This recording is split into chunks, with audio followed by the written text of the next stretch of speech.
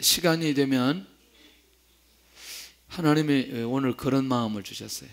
진짜 그 리더십에 대해서, 그 가정을 살리는, 민족을 살리는, 선교지를 살리는, 공무원을 살리는, 대통령이 되는 이런 리더십에 대해서 한 열 몇 가지를 하나님이 주셨는데, 아마 어느 때 이게 잘 준비되면 아마 하나님께서 그거 한번 사용하시지 않겠냐, 그런 마음을 주시더라고요. 누가 플로잉 좀 했는데, 임병철 목사님 아들 영어 교육비를 누가 플로잉 하셨어요. 지금 임 목사님이 밖에 중요한 일 때문에 못 나, 사모님이 나와서 받으시면 좋겠다. 우리 교회도 이런 일이 일어나서 넘어가는 거예요.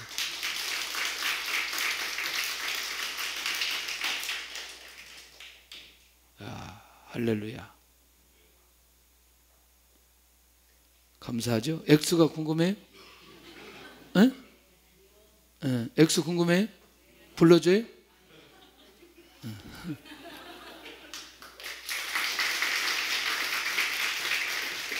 앞으로 우리 안에 이런 일들이 많이 일어날 것 같아요.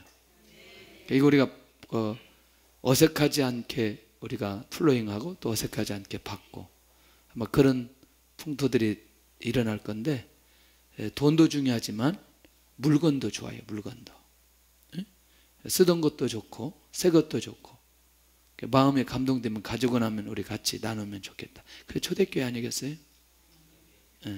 그러니까 그런 일들이 벌어질 것 같다는 생각이 들고, 오늘 보니까 굉장히 그 부모님들 만나서 지금 식사 대접하느라고 못 나오셨는데, 아마 다 그런 분들만 못 나오셨겠다고 생각이 들고, 부모님들 안 계시는 분들만 나오셨죠 오늘? 다 천국 가시고. 할렐루야. 그래도 오늘 진짜 앞으로 왜 다윗이 왕이 될 수 있었는지에 대한, 그리고 진짜 하나님 앞에 복받는 사람의 기준이 무엇인지를 명확하게 발견할 수 있어야 됩니다. 자, 그러면 또 그렇게 그런 사람 따라 우리도 흉내내다 보면 그렇게 된다니까요. 그게 내 것이 된다니까요. 내 것이. 우리가 잘 아는 대로 계속 그 다윗에게 있어서 가장 큰 고통이 있는데, 사자같이 다윗을 찢는 자들 때문에 다윗이 고통을 당하죠. 다윗을 인정하지 않는 주변 사람들, 정말 이거 진짜 중요한데, 지금 계속해서 하는 말들이 무슨 얘기냐면 이런 거예요. 오늘 목사님 한 분이 이런 얘기를 하더라고요. 미국에서 9.11 사건이 일어나고 난 이후에 어떤 변화가 일어났냐면, 나라가 완전히 하나 됐대요. 완전히 하나 됐대요. 그리고 더 타이트해지고 더 오히려 건강해지고, 우리나라는 문제만 생기면 분산된다는 거예요. 이건 굉장히 중요한 겁니다, 여러분들. 이게 민족성하고 비슷한데, 문제만 생기면 하나 되는 나라하고 문제만 생기면 나눠지는 나라하고 생각해 봐야 돼요. 교회라는 공동체도 문제만 생기면 하나 되는 공동체하고 문제만 생기면 나눠지는 공동체하고 반드시 결과가 있어요. 할렐루야. 이거에 대한 눈이 우리에게 반드시 열려져야 됩니다.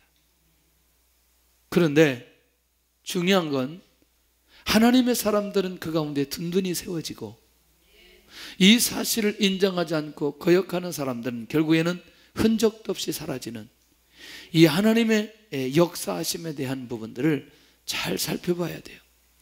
두 번째는 생명까지 위협하는 원수들의 도전인데, 그 고통 중에 말로 사람을 고통스럽게 하는 그런 사람들 때문에 이 다윗이 생명까지 위협을 당하고 생명까지 위협하는 고통이 다윗에게 있었다는 거죠.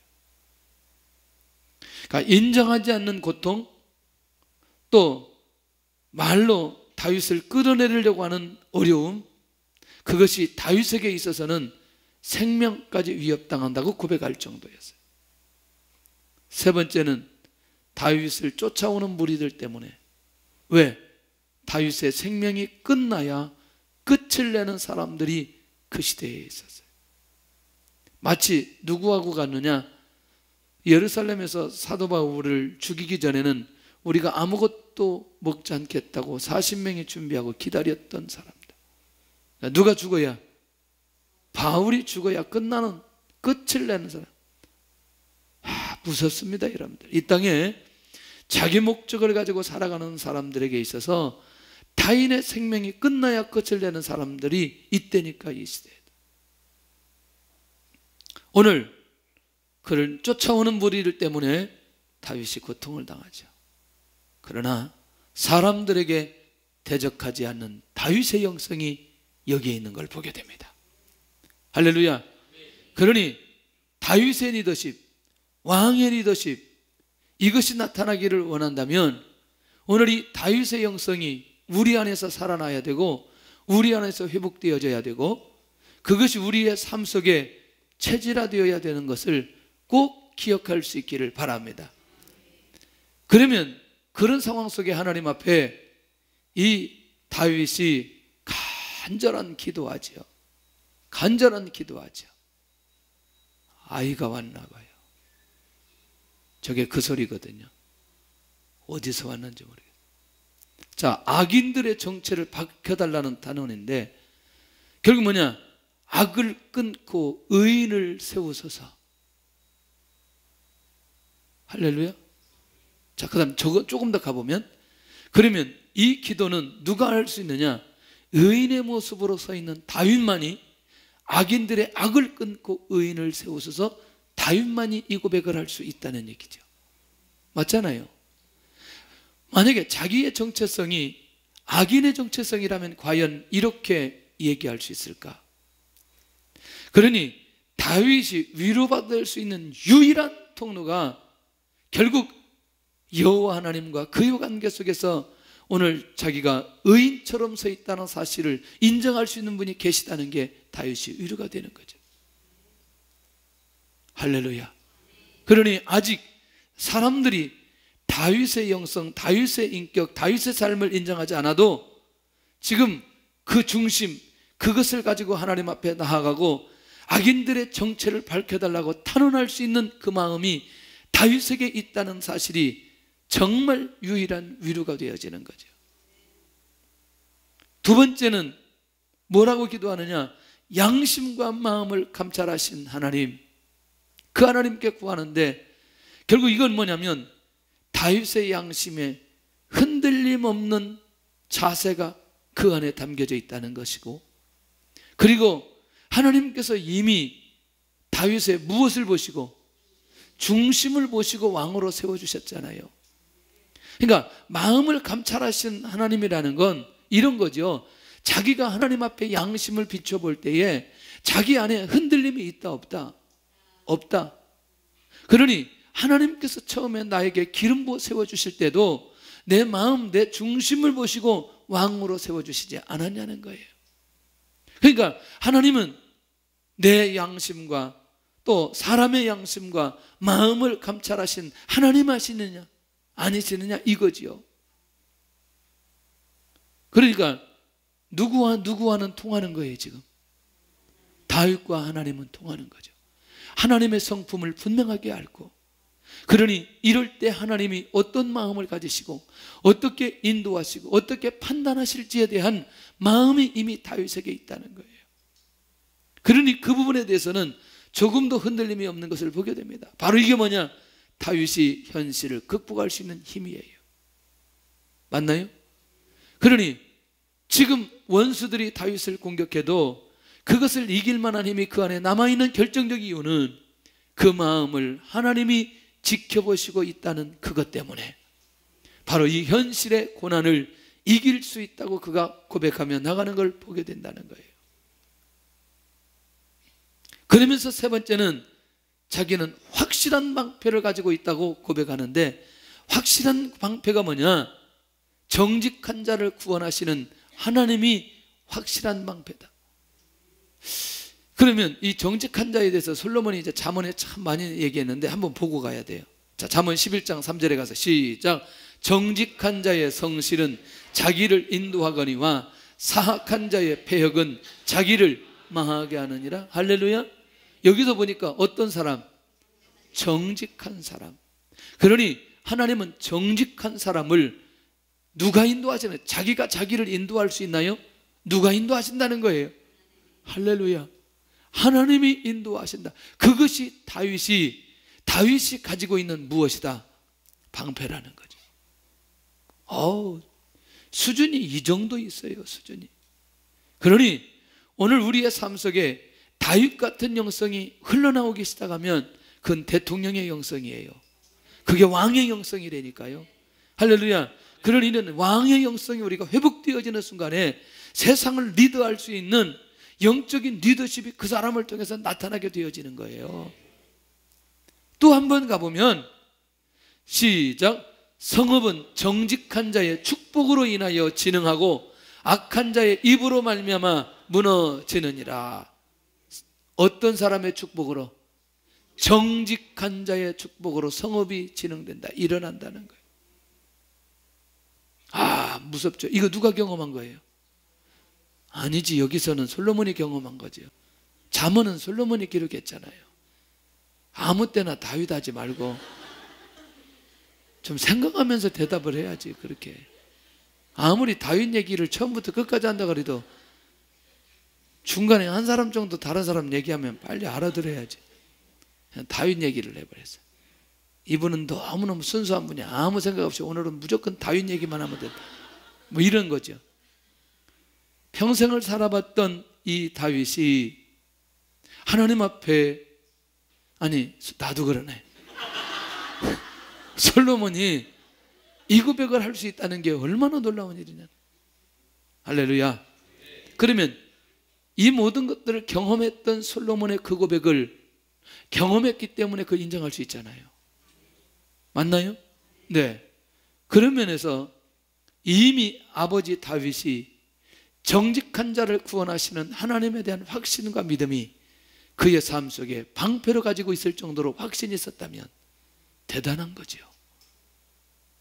오늘도 우리가 그런 모습 속에서 정직한 자를 구원하시는 하나님, 혹 내가 정직하는 것 때문에 다윗처럼 이 고통을 경험하면서 고통 속에 있었던 모습이 있다면 왕의 리더십이에요. 왕의 영성이에요. 이 시대에 이런 사람들이 회복되어야 돼요. 이런 사람들이 일어나야 돼요. 맞나요? 정말 저는 정직한 자가 이 시대에 나와야 된다고 생각해요. 네. 정직한 자가 나와야 돼요. 정말 부탁인데 정직한 사람이 나와야 돼요. 네. 특별히 목회자들이 정직한 사람이 나와야 돼요. 그 다음에 교육가들이 정직한 사람이 나와야 돼요. 그 촌지 없어진 게 너무나 다행이에요. 공무원들이 정직한 사람들이 나와야 돼요. 의사들이 정직한 사람들이 나와야 돼요. 네?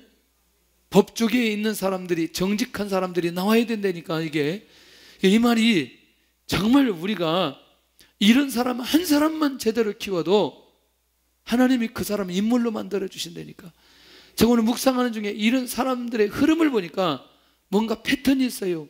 하나님께 쓰시는 패턴이 있더라니까. 이게 그러니까 보편적으로 다 보니까 하나님께서 뭔가 그 시대마다 세워가는 결정적인 근거들이 그들에게 다 있는 걸 보게 된다. 오늘도 하나님 우리 안에 이것만큼 우리가 놓치지 않고 하나님의 인도 받아가게 해주세요. 하나님의 인도 받아가게 해주세요. 정말 깨어있기를 바랍니다. 매일 분노하시는 하나님. 이건 정말 충격적이에요. 11절 한번 보세요. 시작. 하나님은 의로우신 재판장이시며 매일 분노하시는 하나님이시로다. 이게 지금 말이 잘 안 맞잖아요. 왜? 하나님의 속성이 어떻게 매일 분노하시냐는 거예요. 그런데 그 분노는 누구에게? 악한 자에 대해서 분노하시는 하나님. 또 누구에게? 회개하지 아니하는 자들에게 분노하시는 하나님. 분노하시죠. 악한 자 회개한 당연한 거 아니에요? 정직한 자를 공격하고 도전하는 자에게 매일 분노하시는 하나님. 당장 내가 어떤 상황을 모면하기 위해서 사람들에게 거짓말을 하지만 결국에는 나중에는 그걸 다 본인이 받아내야 될 상황이 벌어지는 거예요. 맞나요? 이거요, 우리가 경험하지 않아도 성경에 너무나 많이 경험이 되었겠고 또 그런 모습들이 기록되어서 결과까지 보여줬기 때문에 이거요, 정말 놀라운 비밀들이 이 안에 있는 것을 보게 된다는 거예요. 할렐루야. 시간이 지나가면서 매일 분노하시는 하나님, 그 하나님 붙들고 왜 다윗이 고백하고 인도받아가는지에 대해서 영적으로 깨어있기를 바랍니다. 다섯 번째는 뭐냐? 악한 자를 확실하게 정리하시는 하나님. 12절에 기가 막힌 내용이 있어요. 시작. 사람이 회개하지 아니하면 그가 그의 칼을 가시며 그의 활을 이미 당기어 예비하셨도다. 칼을 가시는 하나님, 활을 당기는 하나님. 결국 뭐냐면 누구에게 이렇게 하시는 하나님이시라고? 악한 자에게, 악한 자에게, 하나님 앞에 회개하지 않는 자에게, 특별히 정직한 사람들에게, 특별히 누구에게? 다윗에게 도전하고 다윗을 공격하고 다윗을 힘들게 만들었던 사람들에게 이렇게 한다고 다윗이 고백하고 있는 거 아니냐는 거죠. 그러니 다윗이 위로받을 수 있어요, 없어요? 위로받는 거죠.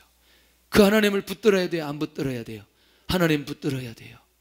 그러니까 억울하면 하나님 앞에 많이 나와서 뭐 해야 돼요? 울어야 돼요. 울어야 돼요. 울어야 돼요. 할렐루야. 여러분들, 사람이 울 수 있는 것도 복이라니까. 다른 사람이 별말 안 했는데 그게 막 그 상처가 돼가지고 막 우는 사람들, 할렐루야. 하나님의 위로를 많이 받을 사람이에요. 맞나요? 응. 나도 마음이 매우 약한 사람이에요. 왜 웃는지 모르겠어요. 나도 누가 뭐라 그러면 자꾸 하나님 앞에 와서 울고 싶어요. 별로 인정 안 하네. 참. 여러분들이요, 사람의 마음이 약해지면 작은 소리 하나 때문에 심히 마음이 무너질 때가 있어요. 그런데 내가 믿음이 강하고 내가 건강해지면 누가 뭐라고 얘기해도 그것을 이길 만한 힘이 있어요. 영적으로 건강하면. 맞나요? 그럴 때마다 오늘 이 다윗이 우리에게 보여주셨던 것처럼 그 부분에 대한 확실함을 가지고 하나님 앞에 나아가서 엎드릴 때마다 하나님이 위로해 주시는 거죠. 그가 기도한 대로, 그가 고백한 대로 하나님께서 역사해 주시고 은혜 내려 주시는 거죠. 이거 정말 놀라운 일. 할렐루야. 시간이 지나가면서 오늘 우리의 삶 속에서도 이런 다윗의 영성이 회복되어져 응답의 역사가 일어날 수 있기를 바랍니다. 그러면 잠깐 광야 사건으로 한번 가볼게요.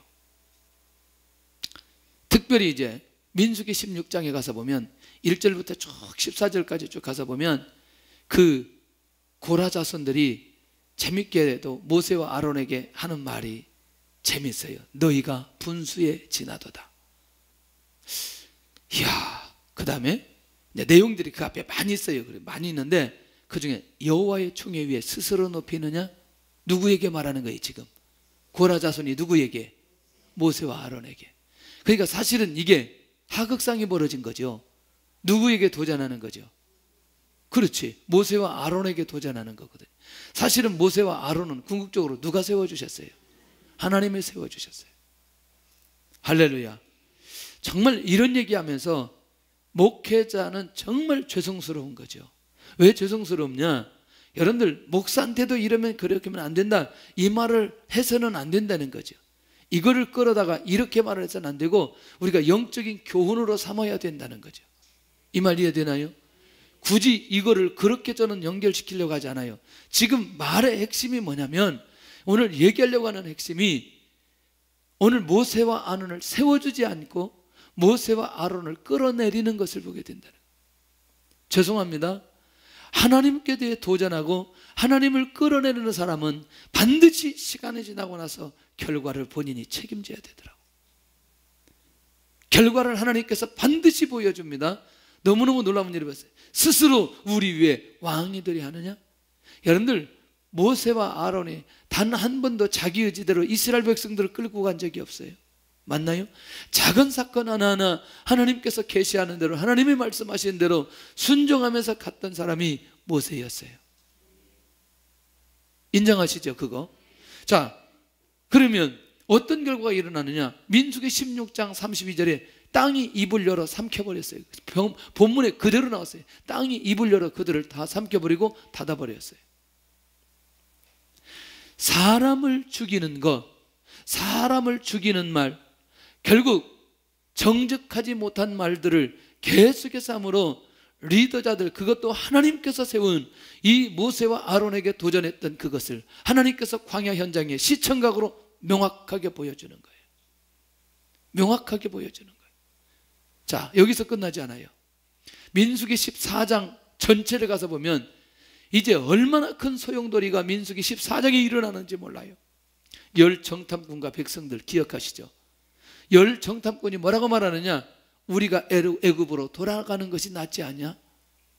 한 지휘관을 세우고 한 왕을 세우고 우리가 어디로 돌아가자? 애굽으로 돌아가자. 선동하는 거죠. 그런데 이렇게 말했던 사람이 누구냐면, 아니 이렇게 하도록 조장했던 사람이 누구냐면 열 정탐꾼. 그들의 보기에 우리가 메뚜기 같고 우리는 절대로 가나안 땅을 정복할 수 없다. 그들은 모두 다 대장부다. 그러니까 하나님께서 비전으로 주셨던, 언약으로 주셨던 약속된 땅에 대한 것을 믿음으로 바라보지 못하고 정직하게 믿음으로 고백하지 못한 결과들이 결국 애굽으로 돌아가자고 백성들을 선동하는 데까지 이르게 되어진 것을 보게 된다는 거예요. 할렐루야, 할렐루야. 이 말을 해야 될지 안 해야 될지 정말 제가 조심스러워요. 너무너무 조심스러워요. 우리 선교단체 정말 어려운 일이 있었어요. 보통 어려운 일이 아니었어요.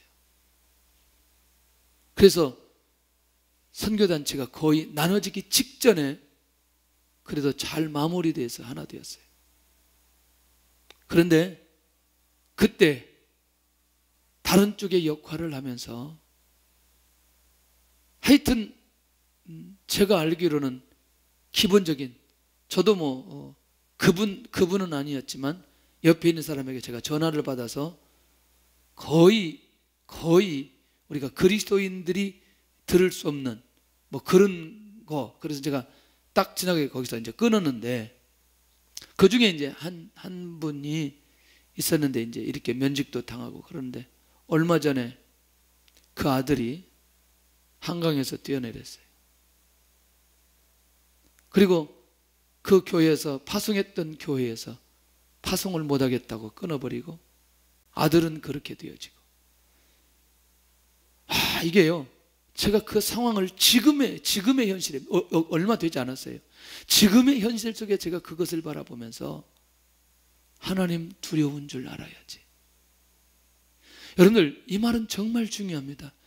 그러니까 우리는 항상 상황들이 보여질 때 그때 깨닫는데, 그것도 다른 사람들에게 벌어진 건 그렇게 깨닫지 않아요. 근데 더 놀라운 건 브라질 쪽에서 사역했던 한 분이 어느 날 소천했다는 거예요. 이런 얘기를 제가 들을 때마다 깜짝 놀라는. 여러분들, 저는요, 제가 목사지만 목사를 함부로 이야기한다는 게 저는 굉장히, 제가 어렸을 때부터 그런 신앙인지 굉장히 조심스럽더라고요. 아주 조심스럽더라고요. 왜냐하면 제가 목사지만 저 사람도 하나님이 세워주셨다는 거. 여러분들, 아까 그 얘기했죠. 그 수준 아니라는 거 기억하시죠? 제 신앙 얘기하는 거예요. 우리 교회는 목사 얘기 하시기를 바랍니다. 대놓고 하세요. 대놓고. 그냥 나한테 대놓고 해. 대놓고 얘기해. 우리 교회 대놓고 막 잘하잖아. 막 공산당이니 뭐니 하여튼 그래도 다행히 여기서는 독재라고는 안 하대. 중국에서는 내가 독재라는 얘기 얼마나 많이 돼. 김일성, 김정일인데 여기는 김정일은 없어졌으면 죽어서 그러는지 얘기 잘 안 해. 얘기해. 저한테 다 해. 대놓고 다 얘기해. 그게 죄에 안 짓는 게 훨씬 나아요. 맞나요? 그런데 이제 제가 그렇게 하려고 했던 게 아니고 그렇게 살아왔어요. 그렇게.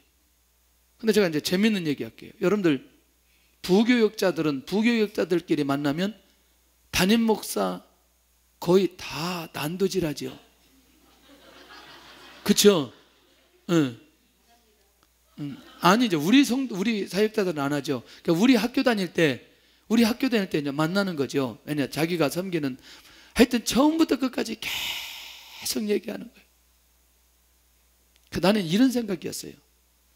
그렇게 불평할 건 왜 그 교회에서 사역하냐? 나오지. 항상 이 생각이었어요. 내가 그 교회 섬기는 한, 내가 거기에서 그분이 어떻든 내가 최선을 다해서 순종해야지. 저는요, 이런 목사님을 만났어요. 오늘 회의하고 내일 다 바꿔버려요. 오늘 회의 다 했는데 자고 일어나면 사모님하고 의논해가지고 싹 바꿔버려요. 할렐루야. 사역자가 몇 명이냐? 부교육자 1명. 담임 목사하고 나하고 둘이 회의했는데 다음날 다 바뀌어져 버리는 거야. 여러분들, 제 성향 아시죠? 굉장히 중요했어요. 그때 목회 철학이 세워지기 시작하는 거예요. 내가 이분에 대해서 뭐라고 하기 전에 내가 분명하게 목회 철학을 세워야 되겠다. 어떤 일이 있어도 한번 결정한 건 사모의 얘기를 안 들어야 된다. 이것을 언약처럼 붙들고 있어요. 언약처럼. 할렐루야. 그러니까 이 사실을 아니까 저희 아내가 머리를 쓰죠. 이제 어떻게 머리를 쓰느냐? 자기 말을 안 들으니까 다른 성도들 시켜가지고 이제 얘기를 하는 거죠. 또 성도들만 내가 또 들으니까 이렇게 머리를 또 싹 쓰더라고. 그럼 내가 모른 척하고 또 넘어가는 거지. 야, 이게 누구의 작품인지 내가 다 알고 있는데, 마치 나만 내가 모르고 그렇게 하는 것처럼 다 알죠. 이게 산전수전, 공중전, 뭐 이거 지상전까지 내가 다 했는데 뭐 그걸 모르겠어요. 그런데 그때 나는 그런 어려움 속에 앞으로 내가 목회할 때에 목회 철학을 어떻게 세워야 될 거니까, 그때 하나님 그런 마음을 주시더라고요. 그리고 이 상황을 내가 극복해야지. 그랬더니 개척을 일찍 시키더군요. 30살에 개척을 시키더군요. 제가 그런 철학들이 하나씩 정리되니까 하나님께서 빨리, 여러분들 30살이 무슨 개척을 합니까? 배지원 전사가 몇 살이에요? 31? 32? 대답을 안 해. 31살. 이미 개척해가지고 2년째라니까, 우리는 그 나이에. 그 목사는 몇 살이에요 지금? 뭐 했어 그동안에? 우리는 개척해가지고 2년만 있으면 내가 중국 가야 돼요. 10년 만에, 개척한 지 10년 만에 중국 갔으니까 이게 정말 중요한 거예요. 그런 면에서 어떤 상황들이 나에게 줄 때에 그것을 전화위복 만들어서 하나님의 인도 받아간다는 건 굉장히 중요하다는 거예요. 근데 내가 성숙해서 그런 게 아니라 하나님 앞에 하나님께서 그런 마음을 주시는 거예요. 그런데 실제로 목회하면서 하나님께서 그렇게 인도하시고 지켜주시는 것을 볼 수 있었어요. 그랬더니 성도들이 나를 조금씩 신뢰하기 시작하는 거예요. 어떻게 신뢰하느냐? 저건 아무 말도 안 들어, 이런 거죠. 저건 아무 말도 안 들어. 그러니까 어떤 일이 벌어지느냐? 어떻게 이렇게 저렇게 해서 뒤에서 이렇게 저렇게 하려고 하지 않는 거죠. 결정하면 가야 된다. 결정하기 전에 이런저런 얘기는 들을 수 있지만 결정을 하고 나서는 웬만하면 가야 된다. 그런 거. 여러분들도 결정한 것이 번복이 안 될 때 신뢰가 돼야 안 돼요? 응? 근데 결정한 게 자꾸 번복이 되면 어떻게 돼요? 그렇죠? 우리도 마찬가지잖아요. 그런데 그거를 이미 그런 아픔 속에 제가 하나님 앞에 목회 철학으로 정리되어졌다는 거죠. 이해되시죠? 무슨 말인지. 그걸 내가 어려움으로 힘들고 그렇게 가는 게 아니라 그걸 내가 앞으로 목회할 때는 어떻게 해야 될 것인가를 하나님께서 이미 그때 저한테 은혜를 내려주시더라니까요. 이건 진짜 중요한 얘기입니다. 여러분들, 하나님이 언약을 줘서 가나안 땅을 그들에게 주시고 가나안 땅에 가도록 하는 건 하나님의 계획이고 하나님의 역사예요. 하나님의 축복이고 하나님의 약속이고 하나님의 뜻이 이루어지는 거예요. 그런데 중간에 정탐꾼의 얘기를 듣고 애굽으로 돌아가자, 지휘관을 세우고 다시 가자, 이런 얘기거든요. 기가 막힌 상황들이 벌어집니다. 광야 40년을 지나고 1세대는 광야에서 죽게 됩니다. 이 사건 때문에 이스라엘 민족은 광야에 몇 년 동안, 40년 동안 광야의 길을 지나게 만들고, 그리고 1세대 너희들은 모두 다 어디에서 죽는다? 광야에서 죽는다. 정말 놓치지 않기를 바랍니다. 그런데 그렇게 도전받고 힘들었던 여호수아 갈렙에게는 이들이 그때 그 말을 듣고 옷을 찢고 그 땅은 심히 아름다운 땅이라. 할렐루야. 결과 하나님께서 여호수아 갈렙만, 그렇게 말한 그 사람만 가나안 땅에 들어가는 언약과 축복을 받게 되는 거예요. 믿음으로 선언한 것만큼, 믿음으로 선언한 결과가 어떤 결과로 그들에게 주어지는지는 성경에 너무나 많이 기록되어 있어요. 할렐루야.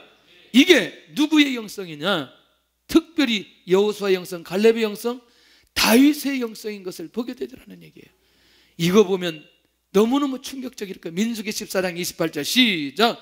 그들에게 이르기를 여호와의 말씀에 내 삶을 두고 맹세하느니 너희 말이 내 귀에 들린 대로 내가 너희에게 행하리니. 따라서 합시다. 너희 말이 내 귀에 들린 대로 내가 너희에게 행하리니. 너무너무 중요한 거예요. 신앙의 근본은 어디에서 나오느냐? 마음에서부터 나와요. 근데 그것이 겉으로 표출되어지는 건 뭘로 나타나느냐? 말로 나타나는 거예요. 다윗이 힘들었던 것도 결국은 전부 다 무엇 때문에? 말 때문이었어요. 할렐루야.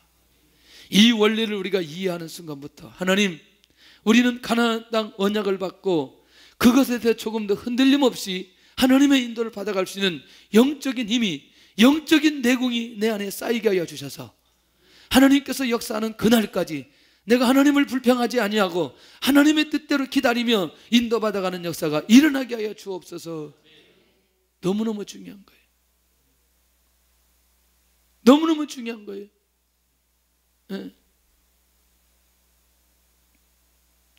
기다리고 기다리면 하나님께서 결혼을 시켜줘요. 그 목사처럼. 네?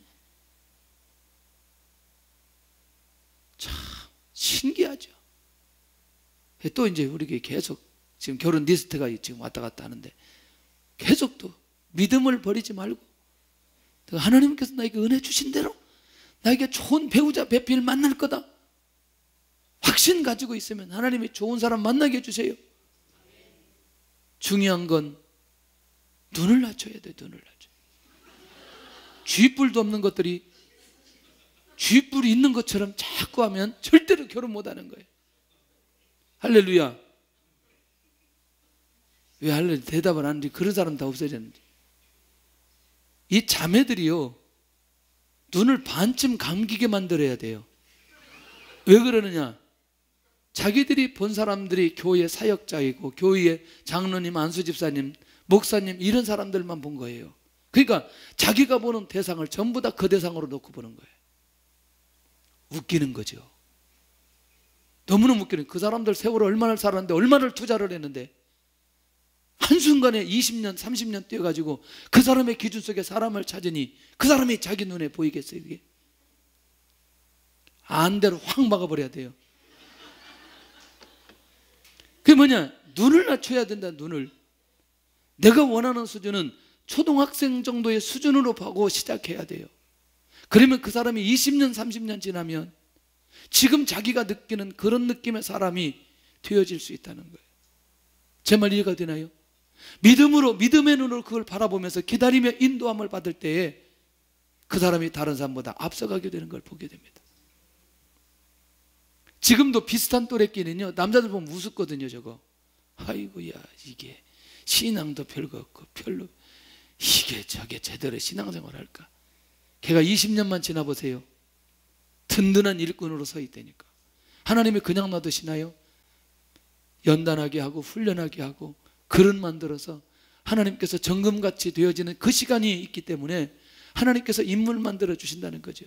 그러니까 사람을 보면서도 믿음으로 바라보지 않고 자기 눈으로 바라보니까 결국 그 결정적인 중요한 때에 22살, 3살 때 다 놓치는 거지.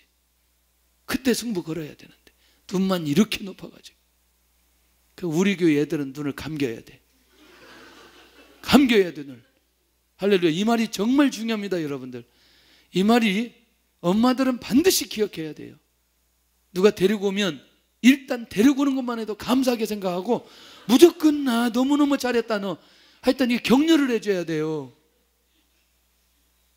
아니 지금 왜 내 말을 안 믿는지. 내 말이 지금 설득력 있어요 없어요?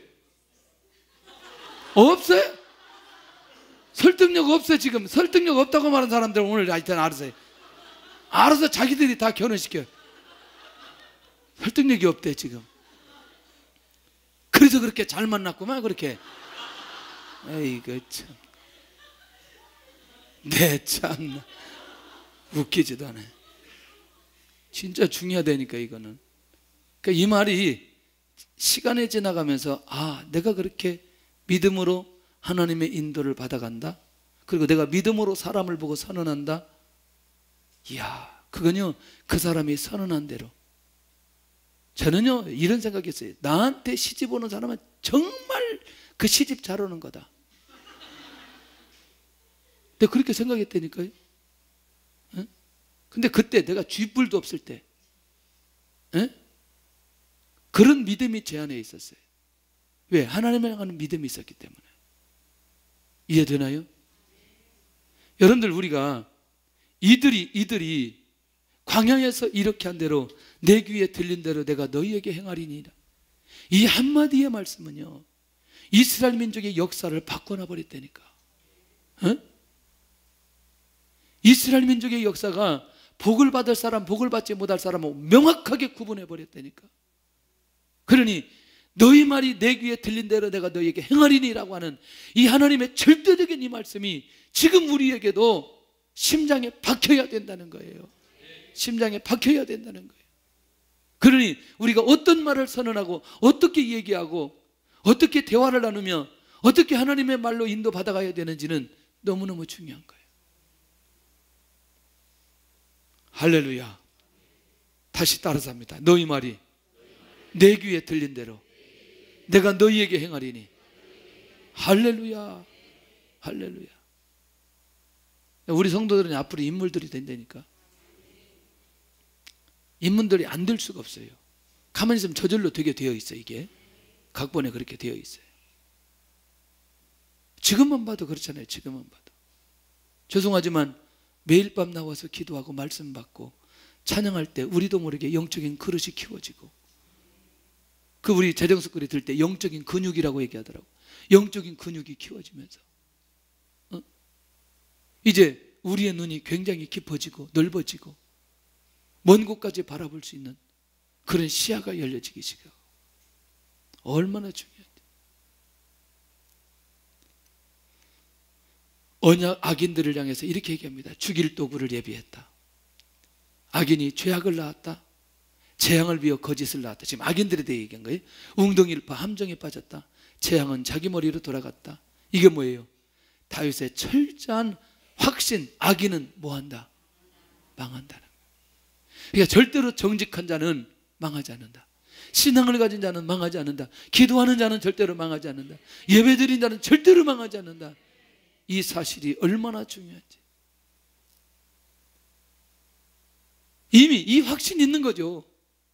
그러니까 하나님의 자기를 의인을 구원하여 주실 것과 정직한 자를 회복시키고 인도해 주실 것에 대한 확신이 있으니까 악인에 대해서 명확하게 선언해 버리는 거죠. 할렐루야. 이게 다윗이 왕으로서 있을 수 있는, 하나님의 세우시는 왕이 될 수밖에 없는 궁극적 근거가 그 안에 있는 것을 보게 됩니다. 그러니까 사람을 대적할 수 있어요? 있어요? 있어요? 없어요? 아니 이런 확신이 있는데 이걸 누구한테 위임하니까? 하나님 앞에 위임하니까 사람에게 대적할 이유가 있어요? 없어요? 없는 거죠. 왜? 누가 살아계시니까?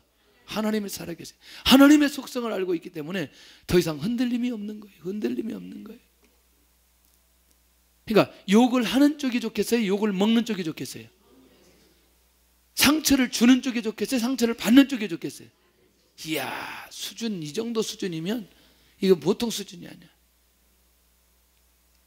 너무나 또 우리끼리 그러면 또 욕하려고. 결론입니다. 여호와여 그의 의를 따라 감사. 뭐죠? 하나님의 성품을 잘 알고 있는 다윗. 그리고 분명하고 확실한 응답, 그의 의를 따라. 그럼 이 말은 뭐예요? 그의 의를 이미 나오는 순간부터 어떤 자, 의인과 악인, 그렇죠, 정직한 사람과 정직하지 않은 사람의 구분에 대해서 이미 하나님께서 다 결론 내린 거죠. 할렐루야. 오늘 어버이날 그래도 나한테 문자라도 한 사람들은 복이 있는 줄로 믿고, 문자도 안 하고 그냥 하루를 그냥 지나간 사람, 그냥 평범한 은혜를 받으시길 바랍니다.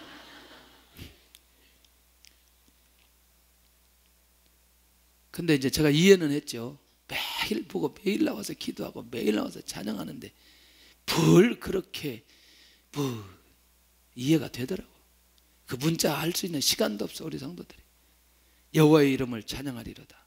그가 찬양의 사람이 된 이유가 무엇인가? 이제 이해가 되나요? 이제 조금 다윗의 영성의 세계로 좀 들어갈 수 있나요? 그가 그렇게 찬양할 수 있는 찬양의 사람이 될 수밖에 없었던 이유, 그가 그렇게 찬양의 영성이 있는 이유, 찬양의 사람, 찬양의 영성이 된 이유, 왜? 이 부분에 대한 명확한 확신이 하나님께 있기 때문에 그 하나님을 찬양할 수밖에 없어요. 시간이 지나가면서 우리도 이런 영성이 회복될 수 있기를 바랍니다. 할렐루야. 우리 사랑하는 나의 아버지 찬양하고 기도하겠습니다.